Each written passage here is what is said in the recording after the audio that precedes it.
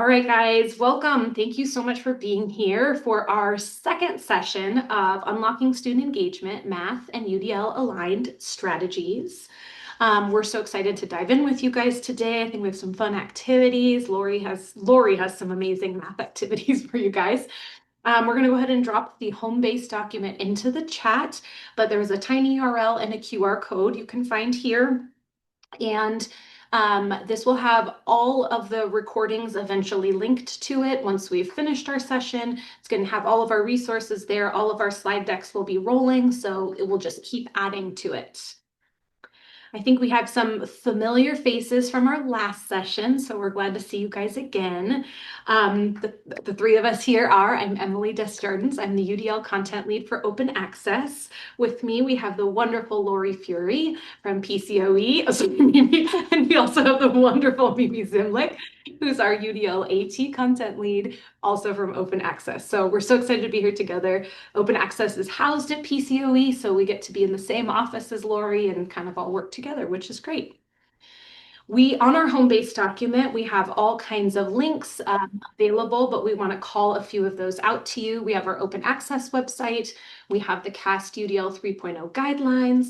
We have the Math Success for All website. If you guys have not had a chance to check that out, it is a really, really cool resource, very in-depth. We have our Open Access UDL resource flip kit and the CCLA mathematics webpage. Again, those are all going to be in the home-based document, and those will remain in that. Someone asked actually in one of our last webinars, what happens to the home base once everything's done? It is a permanent document that you can bookmark, save for later, and always return to. So that will always be available for you. It's not going anywhere. At Open Access, we really, really do our best to try to make things as accessible as possible. We really try to practice what we preach when it comes to UDL. And again, here is our tiny URL and our QR code for our home-based document, but we really are going to try to do our best to facilitate as much collaboration, really provide as many examples and non-examples, really create that simple backgrounds with high contrast text, and then also those alt images for texts, for alt text for images. I always mix those words up.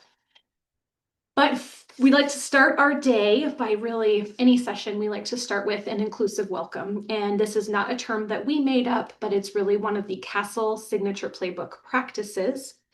And CASEL stands for the Collaboration for Academic, Social, and Emotional Learning. So the idea behind this is really just taking a couple minutes to connect with your students or whoever you're working with, whoever your participants are. Sometimes these inclusive welcomes really connect to the work that we're doing, and other times they're more of just a life check-in. So for today, our inclusive welcome is really looking at, it's almost mid-September, still kind of early September. Diving into this school year, we're into the school year, but it's still probably new, very busy, lots going on. So today's question is really, during this busy time, what is helping you just relieve some stress? So I would encourage you to introduce yourself in the chat. Maybe what's your role in education? Introduce yourself. And then one thing that's maybe helping you to relieve stress, maybe helping you stay grounded, balanced. Maybe you're not relieving stress. Maybe you're just trying to stay afloat. That's fine too. Take a little minute just to introduce ourselves and answer our inclusive welcome question.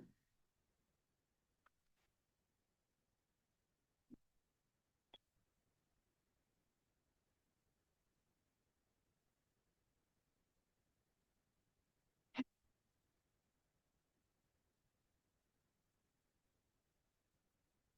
was thinking about this recently, and I don't know if this is about relieving stress or just keeping myself, steady or grounded. It's just generally making sure I sleep well at night or sleep a good amount of time, So I love sleeping at home. That's a good one. Love it. Oh, Sam says, trying to work out daily. So good. 4 to 5 times a week, he's trying to work out, and daily walk breaks. That's huge. I love that. Oh, one bite of the elephant at a time. I love that. Oh, Lori, I love that strategy. That's a good one. Lori's been carrying candy with her to different events just in case she needs a little something sweet. I love it. Great strategy. Thank you guys so much. You're welcome to keep introducing yourself. I'm going to move on to the next slide, but we love anything you want to add to the chat anytime. So really today, our hope is that participants can walk away with really an understanding of that UDL engagement strand. We'll dive into that in a little bit, and really its role in math learning. And you'll get to experience a variety of math talks today from a learner's perspective, and I hope that is as exciting to you as it is to me. We'll have some time to reflect on how math talks can really impact that student engagement and thinking. And then we're going to connect those math talks also to the California Math Framework, have some time to really think about how you might apply this to your own environment, your classroom, whatever your role in education might be. So we're going to start by diving into that concept of multiple means of engagement. So during our last session, we provided a little overview of the UDL guidelines. We really talked about how everyone learns differently. We know that although variability is the norm, we can plan for that variability. And although there's many ways to plan for that variability, we can use choice or we can provide some tools. The neuroscience really behind UDL tells us that in order for students to learn, we know they need to be engaged, we know they need to be able to perceive information, and they need to be able to demonstrate their learning. We know that we all engage differently, perceive differently, and understand differently. And so by providing lots of opportunities to do this in a variety of ways, we can reach more learners. And then ultimately, the goal of UDL is really to create learner agency for all students. So today we're really going to dive into this engagement strand of the UDL guidelines. We know that learners really differ in the ways they can be engaged or motivated. And in reality, there's no one means of engagement that will be optimal for all learners. However, we can use these guidelines within the Universal Design for Learning guidelines and the considerations within those guidelines to really think about specific ways that humans engage best with their learning. And I know we looked at those guidelines. This is just one specific guideline. There are 9 within the UDL guidelines, and each guideline has considerations underneath. And I think when we look at the guidelines all at once, sometimes they can feel a little overwhelming. So we're just going to break these 3 engagement strand guidelines up just a wee bit. So when we break down this guideline for designing options to welcoming interests and identities, the research behind this really says that humans learn best when they have access to clear goals, choice, joy in learning, and a safe and trusting environment. So possibly there's something new here. Possibly this is looking familiar. We'll have a minute to think about it, but just as we go through this, maybe think about something you notice that, oh, that's something I've heard before, or I already do this, maybe something new. This next guideline is to design options for sustaining effort and persistence. So the research tells us that humans learn best when we understand our lesson goals, when we are appropriately challenged and supported. I feel like that's such a tricky balance, but there are strategies. When we connect and collaborate with our peers, and when we receive actionable feedback. And then finally, within the last guideline within the engagement strand, if we're looking at design options for emotional capacity, the research really tells us that humans learn best when we have clear expectations and tools to achieve a task, time for reflection, both as a group and independently, and then opportunities to learn about coping skills or social skills, coping strategies, and then time to really reflect. So if we take all 3 of those guidelines together, we can kind of summarize that with, we know that as what we need, all people really need clear goals, choice in learning, a real community connection with their peers, with their learning environment. They need support, constructive feedback, and reflection time. So I want us to take just a minute and really thinking about these considerations. What's one thing you're already doing to engage learners during math instruction? And then maybe what is one that, and when that's implemented, what maybe do you see in student engagement? For example, maybe you have some really strong, clear goals And what do you notice about student engagement when you have those clear lesson goals for all your students? Or maybe you provide choice sometimes. What do you see in student engagement when there's some choice? So think about it for a minute and then let us know in the chat what you're thinking.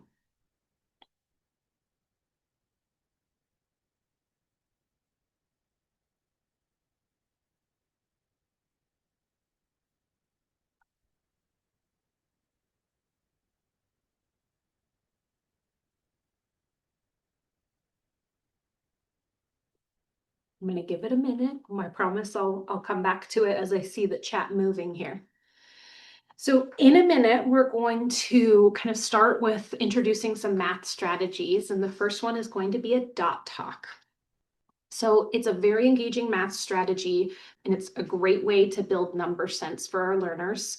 But before we dive into it, we really want to call out the UDL considerations that you're probably going to see in action.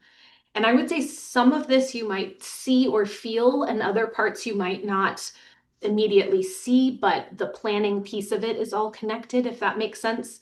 And I know we're really focused on engagement today, but I really also want to call out these other considerations because I can't help but notice them.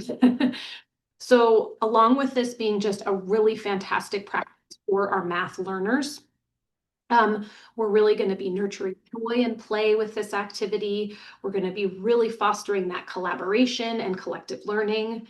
We're going to be developing that awareness of self and others by really watching how, thinking about our own learning and then watching how others learn as well. And then really promoting that collective and individual reflection within the process.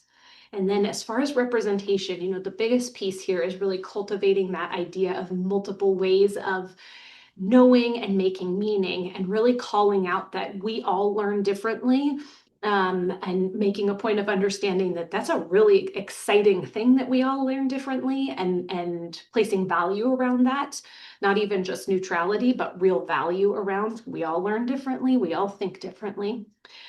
Supporting that multiple ways to perceive information. You're going to see slight ways that this happens as well. And then as far as ways that our learners are going to be able to show what they know, building those fluency with graduated support for practice and for performances. When we take these dot talks, we can line these up with lots of other strategies and supports and know that this is one part of a sequence when it comes to learning with number sense and so forth. And then also we're going to have lots of tools for composition and creativity. So I wanted to call those out. And now I'm going to pass this on to Lori to get us started with some wonderful dot talks. Great. And Emily, if you could give me the remote again, I seem Yes. to have lost it. But thank you for introducing how all of the elements of UDL and our our lenses that we put on as we plan play into the activities we're about to do. So as Emily mentioned, this is a dot talk, and how this is going to work is I'm going to show you something, and it's going to be really quick, and it's going to be a picture with some dots. And it's going to be quick because I don't want to give you time to count. There's a skill called subitizing, and I want to practice that. So that means not counting. Okay, so get ready because I'm going to show you really quick. So go ahead and look at the screen, and I will show you more than once, but I'm not going to show you for very long. Here it comes. So the questions that I want you to think about is how many and how do you see it? Let me show you the dots again.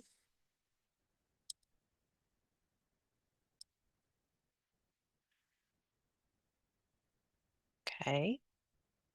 Keep thinking about what you saw.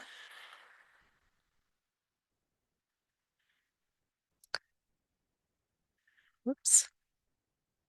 Did I do that?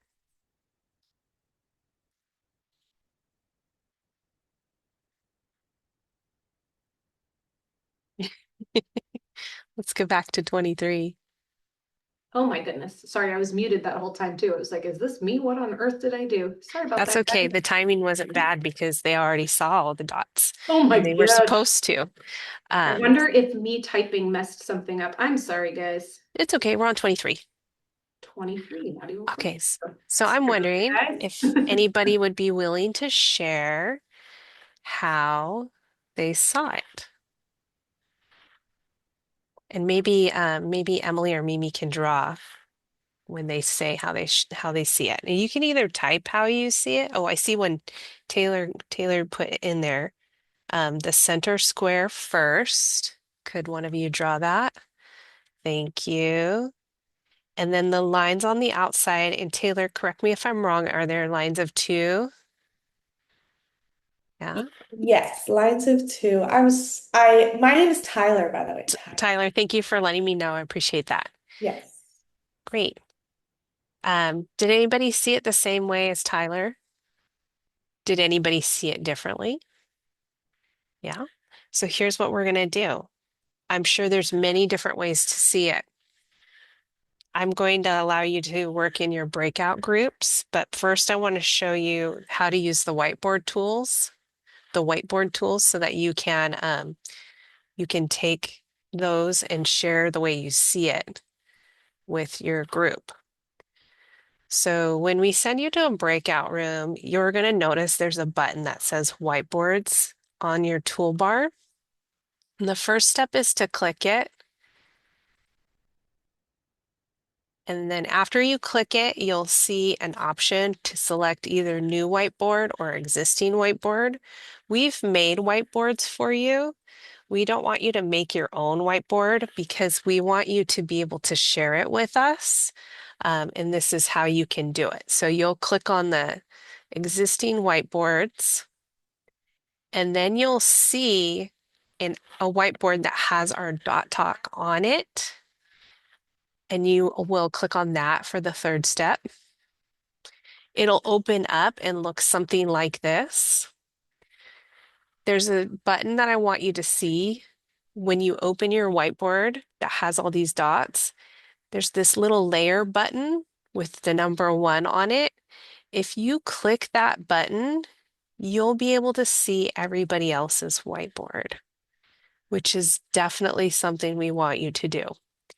And so room 1 has this gray board, room 2 has this green board, and room 3 has this blue board. Now I recognize that not all of you are able to interact in whatever space that you're working and joining us from today. So please feel free to be a listener to your group. But we are going to send you into groups of 3-ish, Emily, if that would be all right. And while you're in there, you can use the whiteboard to show everybody how you saw those dots. All right, let's get to it. And Emily, you might want to pause the recording. Thank you. So thank you for sharing your thinking and showing it on the whiteboard tool. Um, I think we can safely say that we all had a different approach, and we did have some similarities that we really want to highlight. And I always enjoy doing this kind of an activity as a teacher or a facilitator because I get to see things in a different way that I hadn't seen before. There's never a time where I've done one of these that I didn't see something brand new, and today is no exception. There's a couple different ways that I hadn't seen anybody do yet, which is surprising because it seems like this would be a very limited task, but it's not. It's an extremely wide open task. So let's go ahead and look at how. So I just really want to point out some things about this. Um, this this tool, a dot talk, is a very useful strategy that will highlight some of the elements that the California Math Framework for 2023 has been including in many of its chapters. In particular, chapters 2 and 3 have dot talks as a strategy that we can use. And so when we look at the layout of the California Math Framework, these are chapters 1 through 5. So chapter 1 is about mathematics for all. It gives the purpose, the understanding, and connection that is in mathematics. It also tells you why there's a new framework. If you want a really inspiring chapter to read, this one is very inspiring. The second chapter is about teaching for equity and engagement. And as we've been exploring today, engagement through the UDL lens can be seen through an activity such as a dot talk because of all the different ways that people can enter into the task and they can interact with the dots and express their different ways of seeing it. So it's a very open task. Chapter 3 is the number sense task.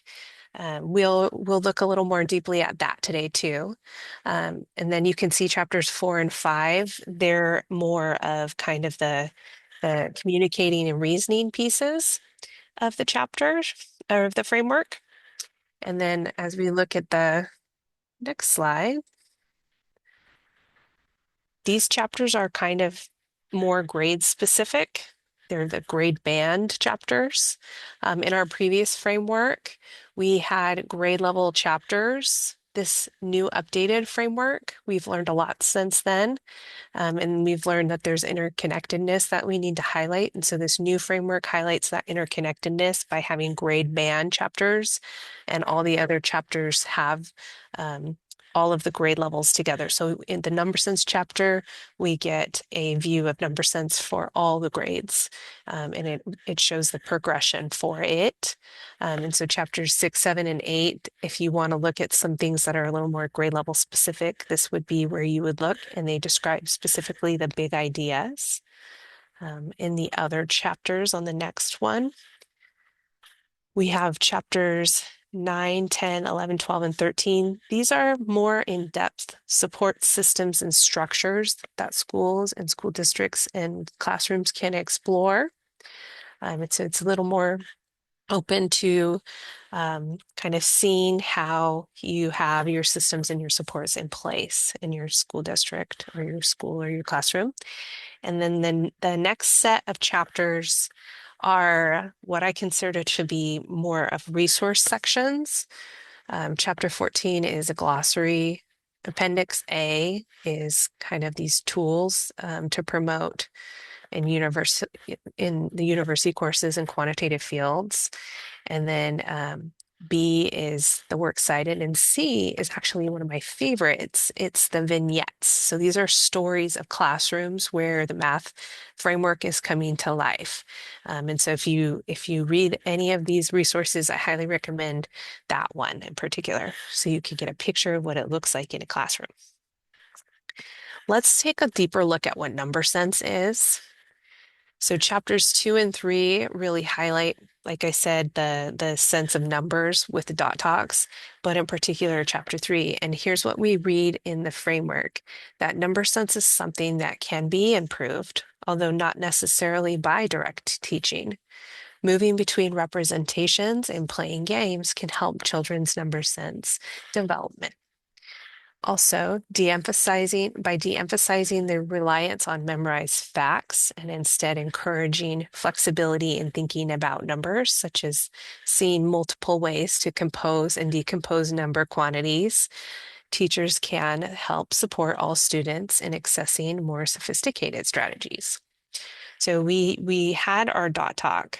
And if we're really committed to truly developing student number sense, we can't remain in front of classrooms and guide students through workbook pages. Students really need experiences like the dot talk to help them develop a sense of the relationship between numbers and quantities. When you were doing your dot talk, you were composing and decomposing the numbers into sets, what we call subitizing. So we'll get into that a little bit more too. And one other thing to note that the framework calls out is the best way for children to learn is through play and talking. Think of games you played as a child like War and how that game supported number relationships, or board games where we roll dice and count spaces to move. Children with well-developed number sense use numbers to solve problems, and they make sense of numerical situations and use what they know to figure out what they don't know. To have good number sense, children must understand some basic concepts. And we'll get to that in the following slide. Why should we focus on number sense, though? Before we dig in a little deeper, I think it's pretty universal for most folks to recognize that when a student or when we or anyone doesn't have number sense, it can be really difficult to compute. Oftentimes, I hear fifth grade teachers discuss how their students are having some challenges with um, doing division. And that might be that they don't necessarily yet have their math facts for multiplication available to them. And so having a number sense barrier like that could make difficulty for division. It could also cause students to have a struggle in finding relationships amongst numbers and their equations.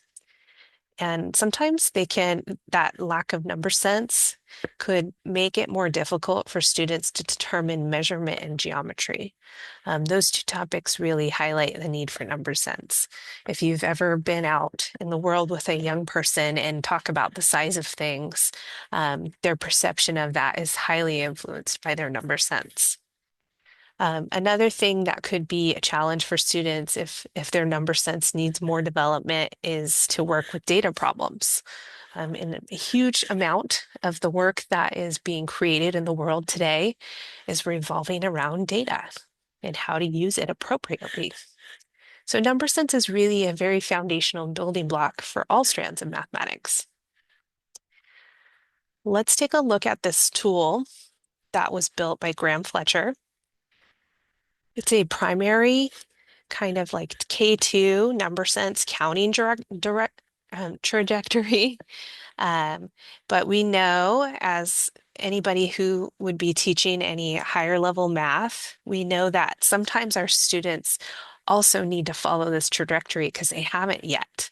Um, I can think of a student that I had when I was teaching seventh grade, and we were solving equations, and the student could have used a little more support in subitizing numbers in order to recognize that the 7x really meant two x's and five x's together.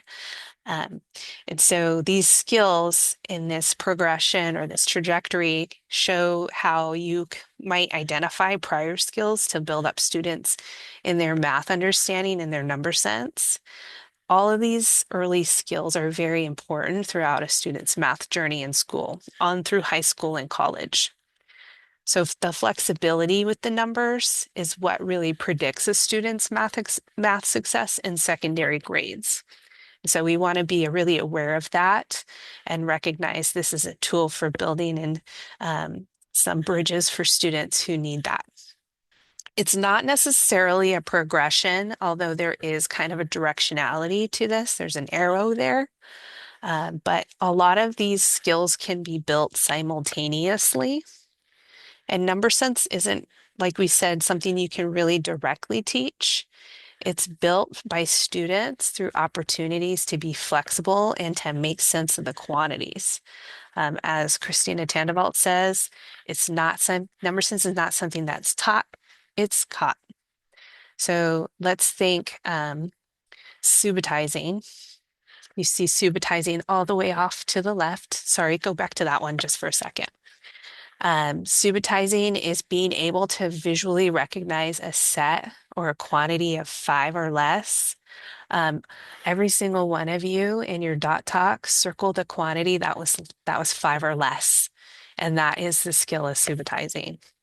So it's one of the first skills that students are actually able to do even before counting. So you might have a handful of items and it's a large amount, and you might have a handful of something that's a smaller amount, and students very quickly can visually see that the one hand has more without even counting. And so that's kind of the set of skills that builds with students very early, a lot of times before they even come to school. And some of them start building that when they're playing games. So think about dominoes or dice. Those numbers are really set up for us to recognize and see what the numbers are without having to count. So all of this really just shows that building the number relationships in early learners includes kind of this spatial recognition, which is just if you look on the table here just below subitizing, the spatial recognition is there and the pattern recognition is there. And so those skills are some of the early skills that are related to being able to count, add, subtract, that even precede it. This helps us find supports for students who might not be making sense of skills like addition or subtraction. And so it's possible that you have a student who has an addition or subtraction IEP goal and they need some support, and subitizing might be the support that they need. Well, this progression is really built to give us a little more insight into that. So let's see some subitizing. There's two kinds of subitizing. There's a perceptual subitizer, and this is a student who can see the two hands of items and recognize real quickly that one is more than the other. Or this is a kid who will roll a dice and they'll know that that's the number five because that's what the number five looks like. The number five looks like this picture on the slide. A conceptual subitizer is one who can make flexible groups because they recognize that five is five regardless of what order they come in. If they're close together, they make a set of five. And so they have an ability to kind of move the numbers around and make five in lots of different ways, which is what you all are doing when you were doing your dot pack. You were very conceptual in your subitizing. So again, this is from our wonderful friend Christina Tannevald, who has a great resource called Fluency Through Flexibility, How to Build Number Sense. We also have some great authors, such as Jennifer Bay Williams, who's written a lot about all of these developmental things. So before we go to the next slide, I just want you to think about the number seven, and you're thinking about the number seven. What does that look like in your mind? What does the number seven look like? Perhaps when you think about the number seven, you see this symbol that we've used for the number seven, or maybe you're like a lot of other people and you see the word seven. These pictures make it kind of difficult for learners to see how numbers can be broken apart and decomposed into various parts. But also, there's another option here. You could see the number seven. You could see the word seven when you think about the number seven. What if you saw seven objects? What if you could visualize seven objects or imagine or have in front of you seven objects and know that that's the number seven? For many learners, the only picture they have is that abstract numeral, and it's not really connected to objects. But if we had an object connection to it in subitizing and we had some practice with it, then we might start to notice that seven could be five and two, or seven could be five and one, or maybe even four and three. There's lots of ways that seven can be there. So that flexibility is the element that allows students to do well with problem solving in novel math situations. I'd love to take a moment here to reflect about number sense. There are three questions here that I'll read, and you can take your choice and respond to which one you like. But what new considerations does this information bring up for you? In what ways has your understanding of number sense been confirmed or challenged? Or how might you apply this learning to your classroom or your context? Please respond in a way that you feel comfortable, whether that's through the chat or through unmuting. And I do see there's some things in the chat from Rudy. Rudy says he's just curious if there's a way to determine baseline or assess where a student falls. Absolutely, Rudy. Start with a dot talk. And if the student is able to tell you how many without counting every single dot, then you know that they are able to subitize, and then you can move along the progression to the next kind of talk where it's a little more on the abstract side. So That's where I would start, Rudy. All right. So go ahead and reflect. Think about what we've talked about.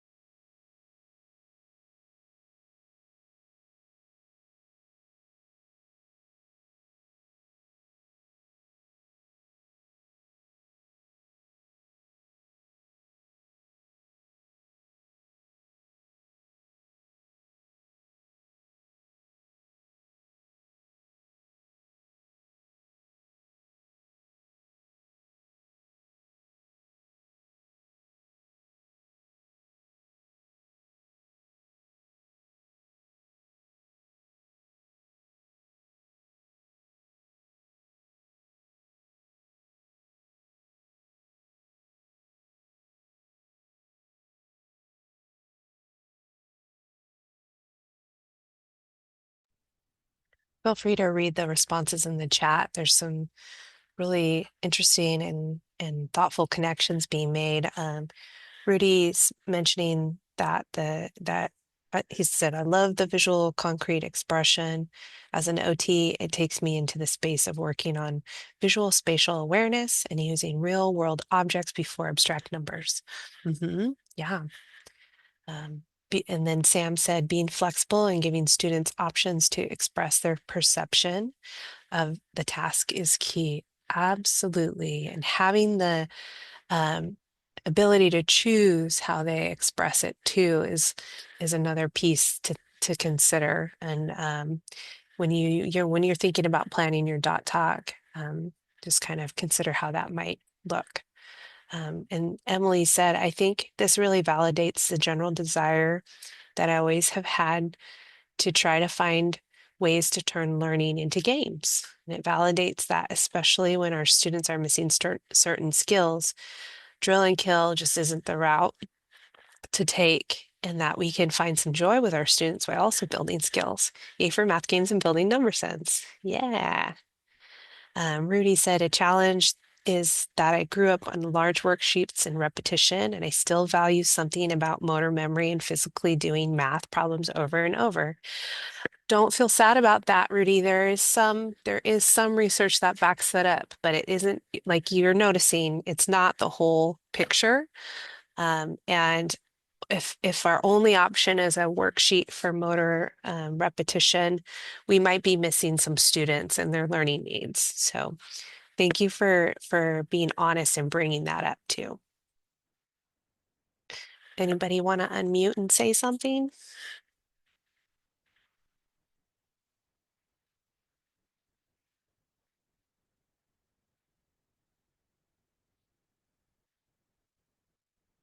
Okay.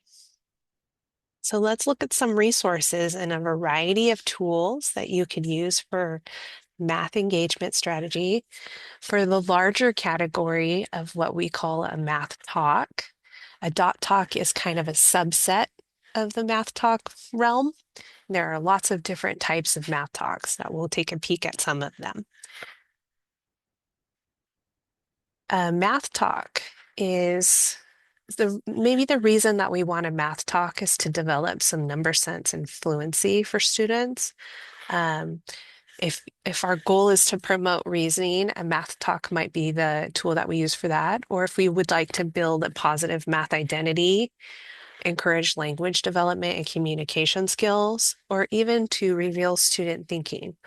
So a math talk could have lots of different purposes for you.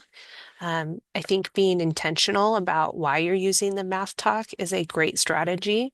Sometimes we just want to know what kids are thinking, and so a math talk could be the tool for that. Um, I think maybe we could add in to have fun, but maybe that's in the positive math identity piece, Emily. What is a math talk in general? Well, generally, they're a short, focused routine where the students do the math thinking and then they share their strategies. Um, they center on student thinking and they develop number sense. So you'll notice in our dot talk, I didn't try to take your words and turn it into a lesson. I allowed you to share what you saw, and we all listened, and then we shared our thoughts as well, and then we made some comparisons.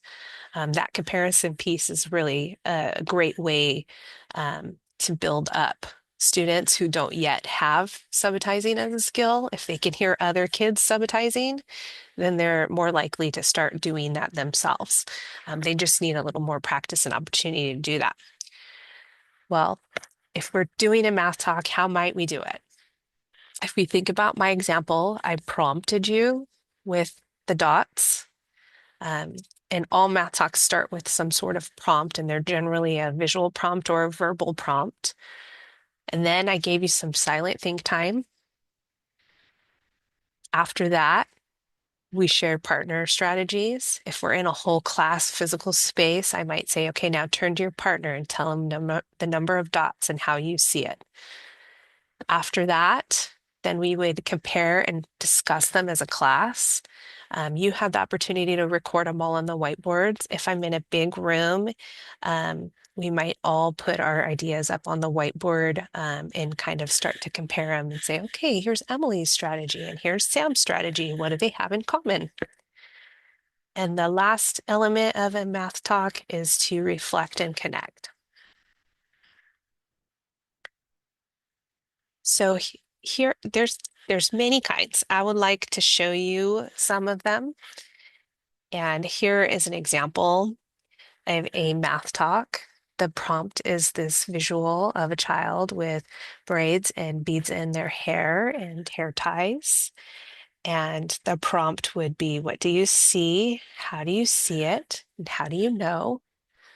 And so I'm just going to pause and let you kind of observe this image and consider what types of things you might see in this math talk.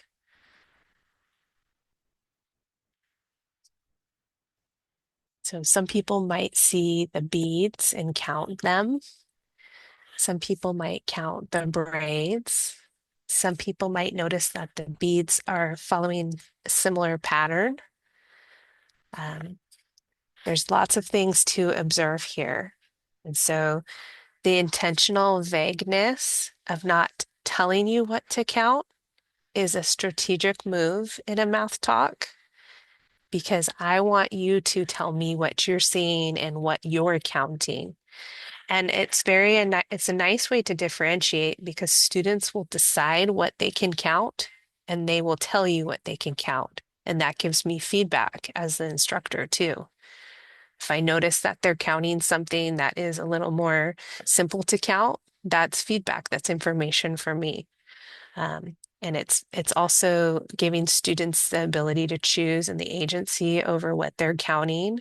And it allows them to pace the lesson. Pacing a lesson is very difficult if you're the adult in charge and you're making all the decisions of when to go to the next thing.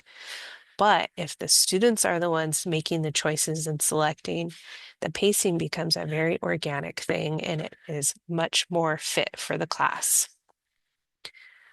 Here's another kind of math talk, and we can give you this link here to a web page called Fraction Talks.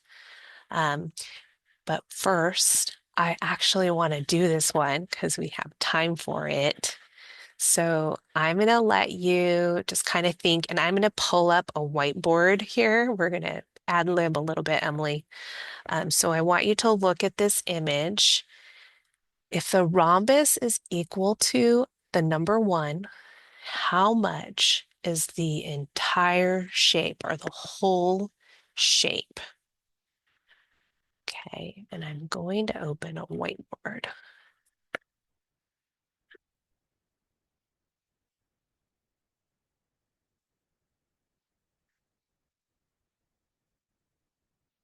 And I think you all can write on it. So let me duplicate this image a little bit so you have more to choose from. And feel free to duplicate the image if you don't have one that you want.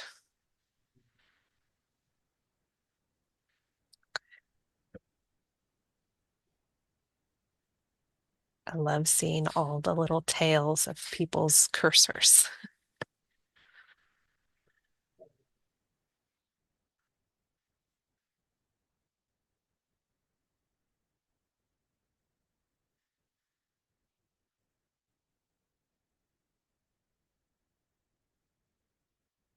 And I'm going to challenge somebody in here to unmute and talk us through their thinking. That would be beautiful to hear.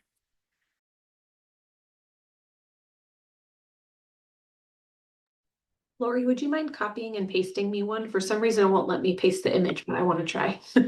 Okay, you got it.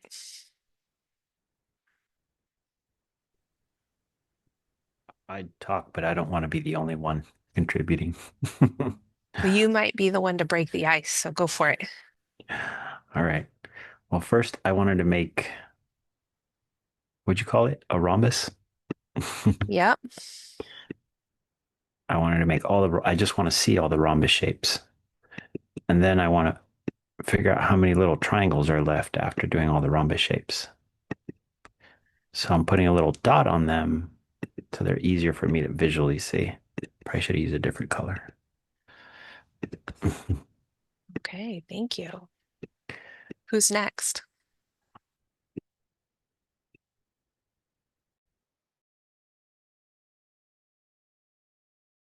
Um, this is Tyler. I'm not gonna lie, when I first saw this, I was like, oh no, I can't do that. It kind of hurt my brain like a little bit. But when I started seeing people drawing on it, I was like, oh, okay, drawing on it, that would be a good way.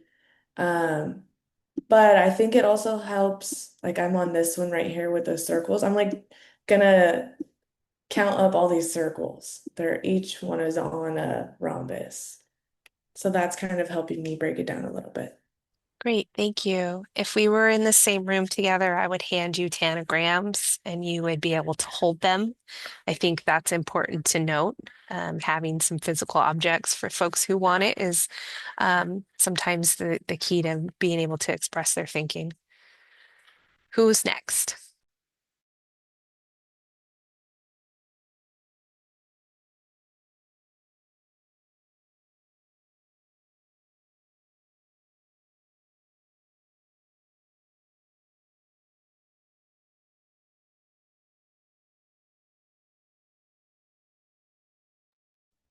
I think I really would have benefited from having those to move because I found myself, drawing the picture of the rhombus and almost wanting to move it and make sure it fit. Like, does this really fit here? And then having it next to it was like, okay, that is the same shape. And then kind of going that way. But I think that physically manipulating it would have been exactly the thing that made it click really well for me. Thank you. Who's next?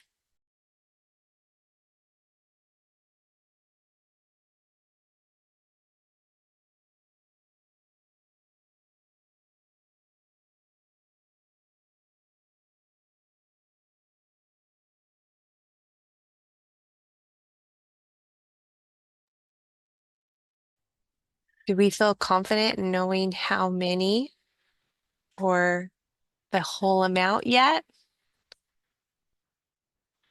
Do you want to type it in the chat if you can answer that question or unmute of how many is the whole shape if the rhombus is a one?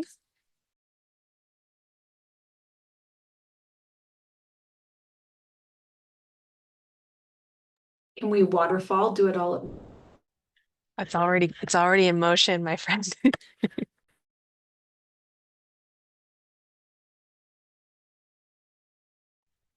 Great. And I love that folks are still working and I want to honor that. So I'm going to give you more time here to kind of work through your thoughts.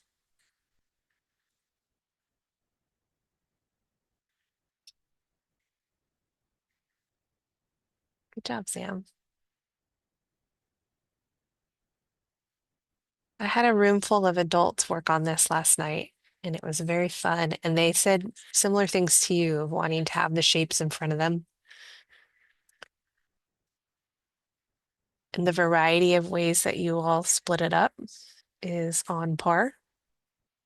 and the different ways that you're grouping them. I see people grouping different parts together to make a rhombus maybe out of something that wasn't a rhombus. So some composing and decomposing of shapes. And this topic might be also related to area. If you were thinking about area, it wouldn't be a first thought there. And I like how I can see the lines and the shapes where you decided to put decompose or compose them.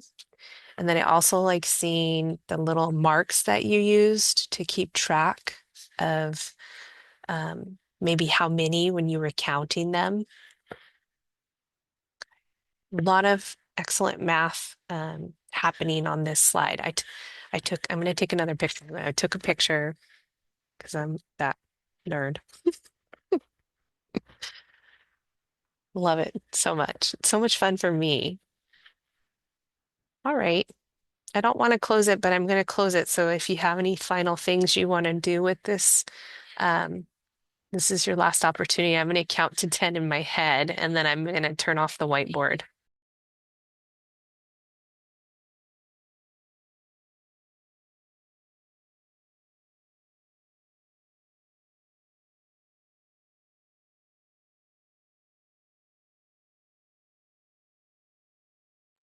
Oh, that was a little painful. I'm not going to lie to get rid of the whiteboard, but I loved it. I took a picture so I can have it forever. All right. Thank you for engaging in that. I'd like to show you a couple other different types of math talks.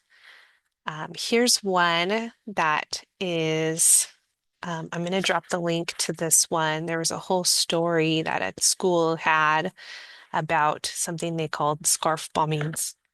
And they would go and the students had I think it was a knitting club, and they would put all of the scarves out. Um, Very interesting. I think after a while, you probably look around your school or your setting or your context, and you'll probably find some things that would make some very fascinating math talks. Um, One of the places that I find where you can take really great pictures of things and have a math talk are generally the floor or the ceiling, believe it or not, of any classroom space or learning space. So just kind of look up. I mean, there's some things that can be counted probably on the ceiling or on the floor of the space that you're in right now. And just if you can bring something in that's relevant to students that they're seeing on a regular basis, it makes it even more engaging for them because they know what those things are. So oftentimes when I go to schools or visit schools, I'll take a picture on my way in and quickly put it into my slides so that they can experience a real math talk that's relevant. And so I want to encourage you to do that too. Another kind of math talk is a notice and wonder. So just take a moment. I think we can do this. You can either unmute or type in the chat. Looking at this picture here, what do you notice? What do you wonder about the image?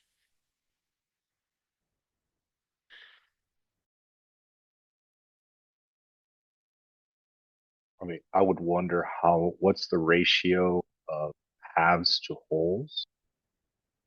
Thank you. What else?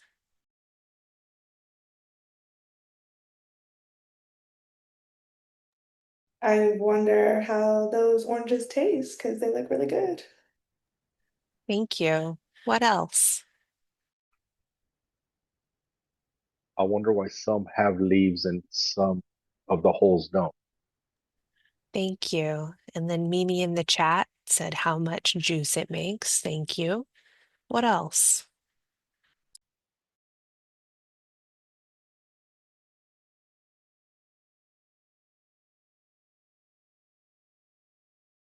Who are the oranges for? Thank you. What else?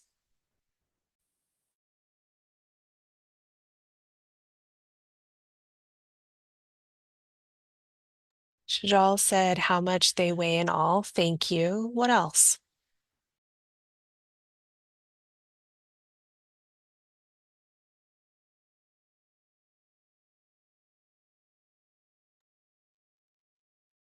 I wonder how many groupings we could make. Thank you. I mean, like in the different type of groupings. Hmm. Are you thinking like subitizing group or are you thinking a different kind of group? Yeah, great. Thank you. What else? I wonder if there are the same number of little triangles in the halves in all the oranges, or if they're different. Okay, how many people notice now that there's little sections in the cut oranges? Yeah, how many people didn't notice it until Rudy said that? Yeah, great. Thank you. What else? Which ones are seedless and which ones are seeded? Thank you. What else? Organic versus chemical sprayed. Ah, thank you. And then we have in the chat subtracting halves from whole. Thank you. So I'm just going to pause. End of the scene. The act of asking questions is something that high school teachers often ask, like, how do I get my kids to ask more questions? Well, they've got to practice asking questions, and then they'll ask questions. Um, we would love for our students to be advocates for themselves, and part of that is building the skill of asking questions when they need help or when they don't understand. And so building that in as math routines and just as a general studenting skill, having questions asking is really important. So I've done this with a variety of groups, and I'll tell you, this group is best asking questions of all the groups. I think sometimes people focus on the things that they notice a little bit more than the things that they wonder. And that's okay. It just means that more practice could be given to those groups of people so they can practice asking questions. And I think maybe some of us recognize that our students would get better asking questions with activities like this also.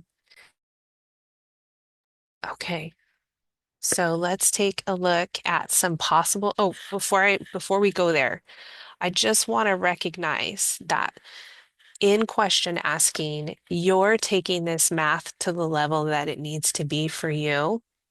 And so this picture I've used in many different grade levels and ability levels. And it's not the picture itself that makes it age appropriate. It's the questions that the kids ask and they come up with them. So it's automatically going to be appropriate math talk level for them and the learning that they are interested in taking. So it's a very open process that actually makes things really nice for the teacher because they don't have to plan it as much. They just can go with what's being asked. And if students are being silly and they're asking questions that don't kind of follow what you would hope they would ask or they're unrelated, um, my pro tip for you is to say thank you, give it very little energy, and then move on. And then maybe reframe it. Say, now those are great questions. I was wondering if we had any mathematical questions that we might ask, and kind of just redirect the conversation towards things that would help with their math thinking. All great questions, but I'd like for you to think about it. So here are some questions that could be asked. Generally, there's between half and a third cup of juice in one orange. About how much juice would half an orange produce? How much juice could all of the oranges in the picture produce? Is it healthier to drink orange juice or to eat the orange? Okay, some different questions. And you can see how some of these questions might not be questions that a kindergarten class would ask, but perhaps one or two fifth graders might come up with this, or a high school student. So it's just fun to see what they come up with too. All right, let's take a look at another type of math talk. Estimation 180 is a web resource. It has 180 days of estimation. So estimation is an excellent place to do math talks. We all can maybe share our resources for that, but this is our favorite resource is Estimation 180. I know that some of you will have like estimation jars in your spaces. Those are great to have to practice the skill.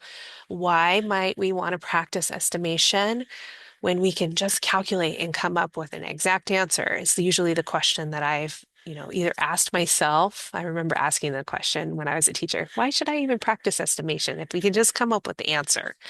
Well, estimation is a reasoning skill, and it's often one of the only reasoning skills that we have to check to see that our work is accurate. Think about a time where you've done a calculation and you've gotten a value and thought, wow, that is not right. Something's wrong. That's your skill of estimation, your number sense of estimation that you're building when you activate that. So again, estimation is a really um, powerful sense-making tool. And it often gets really overlooked in math because of its imprecise nature. But when we really consider it, it's definitely a powerful tool that we can allow students to sharpen. So Estimation 180 has 180 days worth of estimation practices. So in this image, we have a quarter of a cup, measuring cup, and it has candy corn in it, and there's one on the counter. And so you could ask students to estimate how many pieces of candy corn are in the cup. And at first, they're not going to get anywhere near the answer. But you want to tell them how many. In this website, they give you the amount so that they can get better and better at estimation, because they'll have some really wild guesses probably in the beginning, and they won't know that they're wild until you reveal to them like how many are really in there. What's great about this website is it also has, like, if you, this is day 25, but there's a day 26 that looks like this. Which is kind of fun. If you've done day 25, day 26 could be really fun to do. And then day 27 is how many are in the jar. It's a progression. It's a stringing together of thoughts. Okay, so let's kind of review here. We did a dot talk. We looked at lots of different kinds of math talks. But in particular with the dot talk, we can see the engagement, representation, and action and expression. In our dot talk, we nurtured joy and play by finding multiple ways to see the dots and and use many different ways on the whiteboards. We fostered collaboration, interdependence, and collaborative learning by sharing our strategies in the breakout rooms. After some individual think time, we promoted individual and collective reflection, both with our math strategies and our instructional routines. We looked at other types of math talks, and we know that this routine can help build students' number sense. And there are many excellent resources to find the math talk and number sense practice.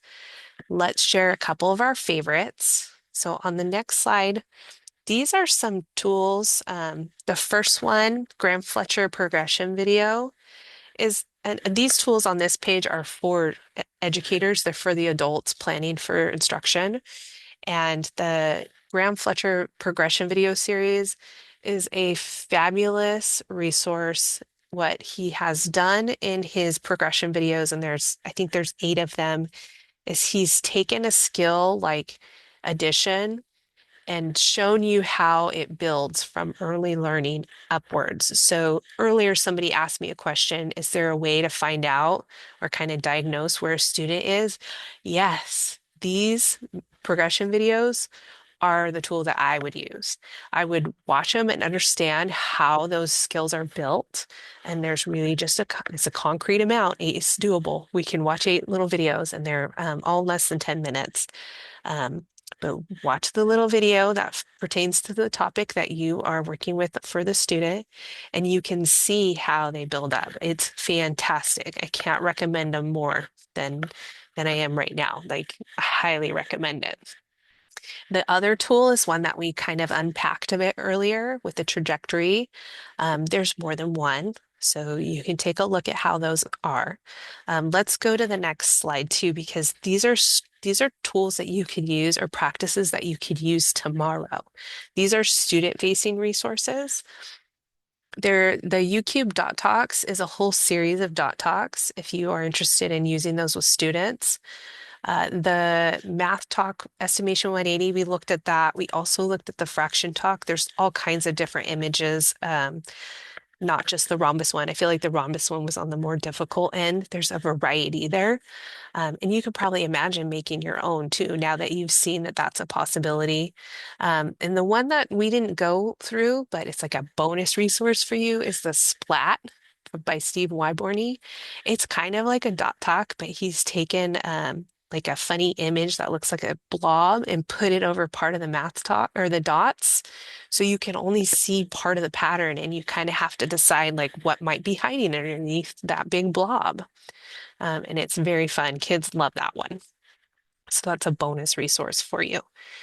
I have had a lot of fun sharing these resources with you. It's my favorite topic if you can't tell. I can tell, and I appreciate you so much because, for those of you who don't know, I'm kind of bringing the UDL lens to this, but Lori really is the one that brought the math piece of this whole thing.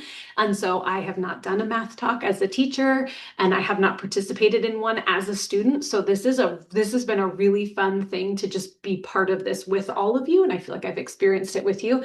And a couple of things I want to call out that I really noticed is, as a facilitator, Lori did such a good job. This was something that I was terrible at as a teacher, is that silent wait time to provide student think time. And really, it built so much agency in us as learners and kind of forced the thinking on us. And so I want to call that out because I do think it's an extremely challenging thing to do as a teacher, but how valuable it is even as a learner, sitting there and really forcing myself to think about something, to ask questions. I found too that I definitely, as someone that I have not been asked to notice and wonder about pictures or about any type of thing, because I found myself going, oh, I don't know if I have a question for that. And then I would think of one and someone else would say it and I would go, oh, maybe I'm on the right track for this.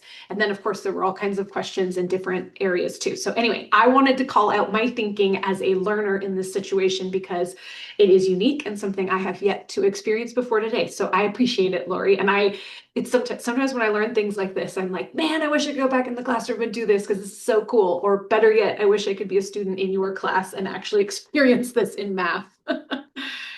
Oh, So, thank you.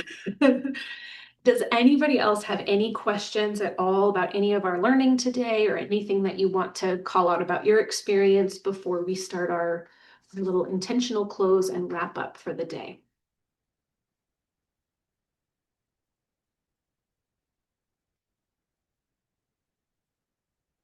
Definitely encourage you to look at some of these resources that Lori has put in here and that are on our home base because they're just great ways to build engagement strategies. And it's funny too, because when we talk about engagement and math, yes, they're engaging, they're exciting, but also there's some deep learning happening with these. And how powerful is that we can be teaching really, really great skills and it's engaging and fun and gets our kids talking and excited about math. What more could we want? If you have questions, feel free to unmute or add into the chat. But I am going to move on to our intentional close. And I'm going to pass it to the lovely Mimi. Oh, I heard someone unmute. Sorry. That was me, Rudy. I was just gonna say, yeah, it was great, and I'm wondering, like, I think about like the curriculums that are brought into the schools, and um, like, are these a good precursor warm up? I mean, absolutely, but then Yeah. are there any curriculums that have this already built into it? Yes, My they next are. question. Okay. Yes. And if any of your schools are on an adoption path for math materials this year, and many are because of the framework being released just recently, when you are reviewing, or if you know anybody who's reviewing, ask them to find them in there. And there are new materials that do have that. And they usually are in the warm-up space, Rudy, but they don't have to just be a warm-up. They could be a formative assessment. Right. That's a good one. Hmm. We have a question and answer section on our home base document. So the questions you guys have been asking, we'll make sure we add and then throw some resources in there as well. Now I'm really passing it to Mimi. I had a really great time sitting as a learner with everybody else, and I really appreciate everyone. For the ones who were chiming or listening, just the participation. I found myself really engaged when the more people tried different things. So appreciate that. So before we head out today, Lori gave us a bunch of really great tools and strategies. So we want to kind of challenge you guys to commit to trying or exploring or sharing with other people what you've learned today. And consider these questions. How can this practice increase engagement and help students see themselves as capable math problems? What's one tool or strategy you'll use, and how does that connect with increasing your students' engagement? And we'll take a minute to kind of think about it, reflect about it, and then whenever you're ready, please unmute to share or type in the chat or share.